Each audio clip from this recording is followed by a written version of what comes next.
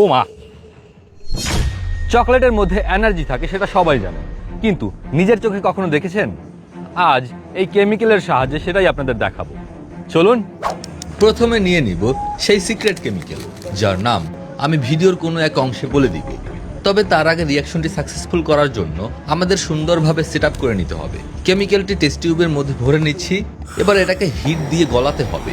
এই কেমিক্যালের melting point মানে গলনাঙ্ক 248 থেকে 261 ডিগ্রি সেলসিয়াস, তাই গলাতে তেমন সময় লাগছে না। প্রথমে অল্প দামের চকলেট দিয়ে টেস্ট করি আগে।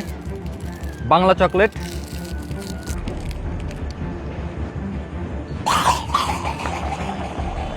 বিশ্বাস করেন, ক্যামেরাম্যান সহ সবাই ভয় পাইছি। ক্যামেরা আরো ক্লোজ নিলে দেখবেন গলানো কেমিক্যাল এবং চকলেটের মধ্যে মারামারি হচ্ছে, মানে বিক্রিয়া হচ্ছে। অবস্থা দেখছেন? ও মাই গড! রিয়াকশনটা ধীরে ধীরে ভায়োলেন্ট হচ্ছে। ভয় পাচ্ছিলাম টেস্ট টিউবটাই ফেটে না যায়। এরপরে করব কিটক্যাট এবং ক্যাডবেরি ডেয়ারি মিল্ক চকলেট দিয়ে। আর হ্যাঁ, এ সমস্ত এক্সপেরিমেন্ট স্বপ্নেও করার চেষ্টা করবেন না, কারণ আমি চাই না আপনাদের। বাংলা চকলেটেই এই পরিমাণ এনার্জি, তাহলে আমাদের ইংলিশ চকলেট দিলে কি হবে একবার ভেবে দেখেন। তো এই এক্সপেরিমেন্টে আরো বড় পরিসরে করব এবং রাতে করব, কারণ রাতের অন্ধকারে রিয়াকশনটা আরো চমৎকার দেখাবে।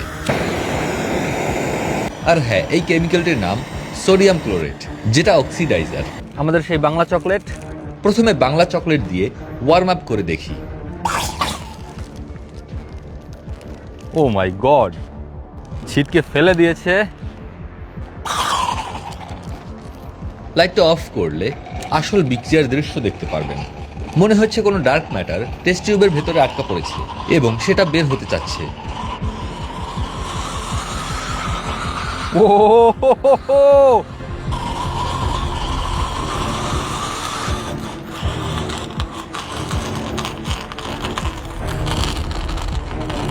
এবার কিটক্যাট দিয়ে করব।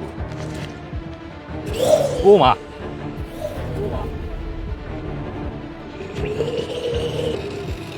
ও মা গো!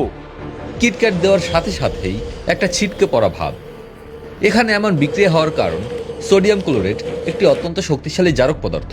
যখন এটাকে তাপ দিয়ে গলানো হয়, তখন এটি বিয়োজিত হয়ে প্রচুর পরিমাণে বিশুদ্ধ অক্সিজেন গ্যাস নির্গত করতে শুরু করে।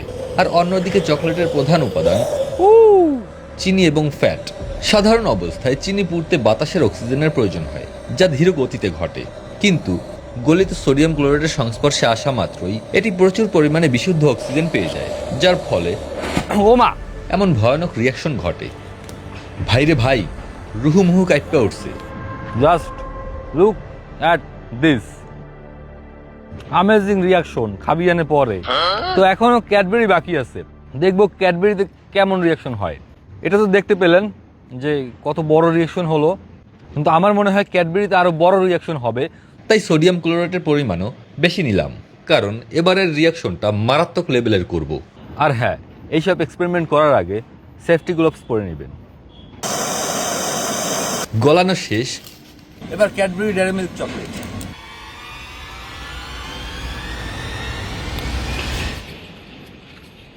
প্রথমে তেমন কোনো রিয়াকশন দেখতে পাইনি, কিন্তু এর পরে যা হলো তার জন্য আমি মোটেও প্রস্তুত ছিলাম না।